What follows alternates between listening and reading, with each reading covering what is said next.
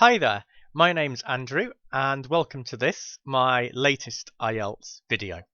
What is the purpose of this video? In this video, I'm going to show you how you can use some more complex grammar to get a better score in your IELTS speaking exam, to get score of 7 or above.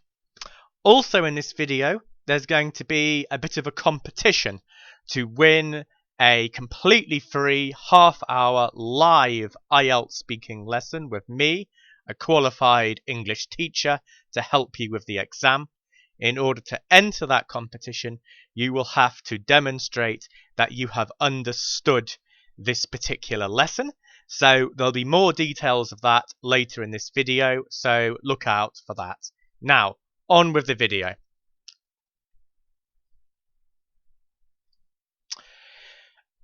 This is about a very common type of IELTS question.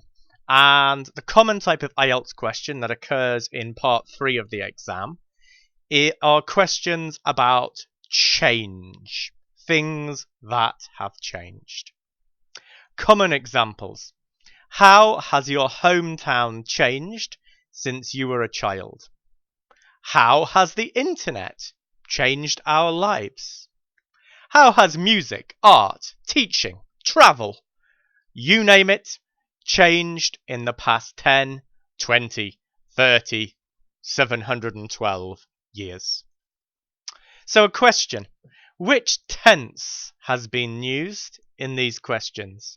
You can answer in a poll by clicking the letter I that is going to appear in the top right-hand corner of the screen. And I'll give you a few seconds to do that before we move on to the next slide. So, did you guess correctly? The questions, they were asked in the present perfect tense. So, here below is an answer that would not be good enough to get you a 7. The question, how has your hometown changed in recent years? An answer. Well, my town is now popular with tourists. It wasn't before. They built a new airport, and I think that's why so many tourists come here now. So, there's an answer. That answer has no mistakes in it, but it's not enough to get you a 7. In your IELTS speaking exam. It's not the type of answer that gets a 7. And in the next slide, we're going to have a look at what's wrong with that type of answer. What was wrong with the answer? Well, the answer was too simple in various ways. First of all, it only used the present simple tense and the simple past tense. Secondly, the answer wasn't really detailed enough or long enough for an answer to a part 3 question. The examiner wants to see you develop your answer more than that. So, how to give a much better answer? We're going to use the present perfect tense and the third conditional. Remember, these questions are asked in the present perfect tense, these questions about change. So that gives you a useful cue or indication that you should be using the present perfect tense, not the present simple tense, to answer this question. And here I'm also going to show you how to use the third conditional. Throughout this video, where we're using the present perfect tense, we have this highlighted in blue, and the third conditional highlighted in purple. And in this answer, that is the case. So, the question, how has your hometown changed? Well, the strangest thing has happened. Over the past few years, my hometown has become really popular with tourists. There might be a few reasons for this. For one, the town council redeveloped the area around the port, and there are loads of great shops and restaurants there now. And secondly, a new airport was built, and that's made it easier for tourists to get here. The whole thing has been a huge surprise. If you'd asked me 20 years ago, I'd never have predicted that this would happen. So, the parts in blue, has happened, has become, that has made it easier, all present perfect tense. The bits in purple, if you'd asked me, I'd never have predicted, all the third conditional. And these two constructions go together very nicely to answer these kind of change questions in part 3 of your IELTS exam. So, how to form and when to use the present perfect tense. So, you should use the present tense of the verb have, I have, he has, we have, etc. and the past participle of the main verb. For example, I have been to Paris. I have lost my keys. He has drawn a cat. You should use this tense to describe things in the past that have a connection to right here, right now.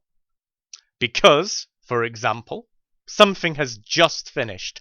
For example, the drawing of the cat. He has drawn a cat is something we might say as a little boy hands over the picture that he has just finished drawing. If you're talking about an experience, for example, I've been to Paris, or something that happened in the past which is still true now, or relevant now, or important now, as it affects situations now. For example, you've lost your keys in the past, so you can't get into your house now, so you say, oh, damn, I've lost my keys.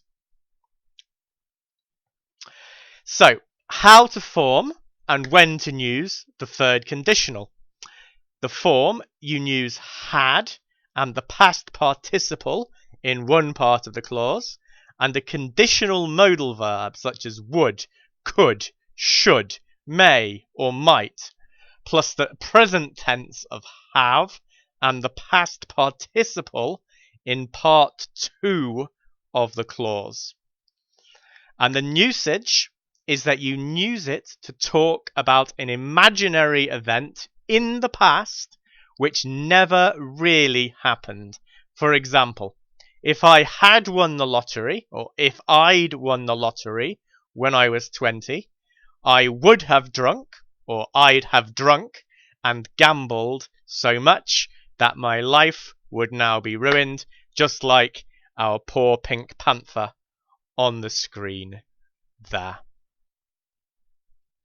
Okay. Here is another example of how we can use the combination of the present perfect simple tense and the third conditional to give a really good answer to this question. The question, how has music changed in the past 20 years? The answer, music has changed enormously, mainly because of the internet. If you'd told a megastar like David Bowie or Sting 20 years ago that all of their music could be obtained very cheaply or even for free, and often illegally, they'd have been horrified. But that's exactly what happens nowadays, thanks to things like Spotify. Equally, if you'd been an aspiring pop star 30 years ago, you'd have had no chance of becoming popular, no chance, without being signed to a record label. But now you can just stick your stuff on YouTube, and if people like it, you can get crowdsource funding to finance production, which is an amazing change. So, here's your challenge, the competition for today. I would like you to write your own answer to the question below and post it in the comments section below this video. Make sure you use the present perfect tense and the third conditional in the way that I have been showing you to answer the question. The question is, how have smartphones changed our lives in the past 20 years. Now, the reward. If you also email me your answer to this address, EnglishwithAndrew@virginmedia.com, then, if your sentence is correct, and only if it's correct, I will enter you into a draw to win a free 30-minute IELTS speaking lesson with me over Skype. But you must also post it as a comment below this video. So, finally, how to get more videos, help, live lessons, etc. Subscribe here or click on my photo, which should be appearing on the screen about now, to subscribe to get more videos. You can see my Facebook page at this address for daily posts about useful nouns, verbs, phrasal verbs, and adjectives that you could use in your IELTS exam. You can contact me at the email address I gave you before, or my website, EnglishwithAndrew.com, to arrange live lessons. If you have any questions about anything in this video, please post them as comments below this video, and I promise I will answer them all. In my next video, we're going to start to look at several different common IELTS topics, and we're going to look at how to answer part 1, part 2, and part 3 questions about each of those common topics. Okay, so I look forward to seeing you next time. Thank you for watching today, and goodbye.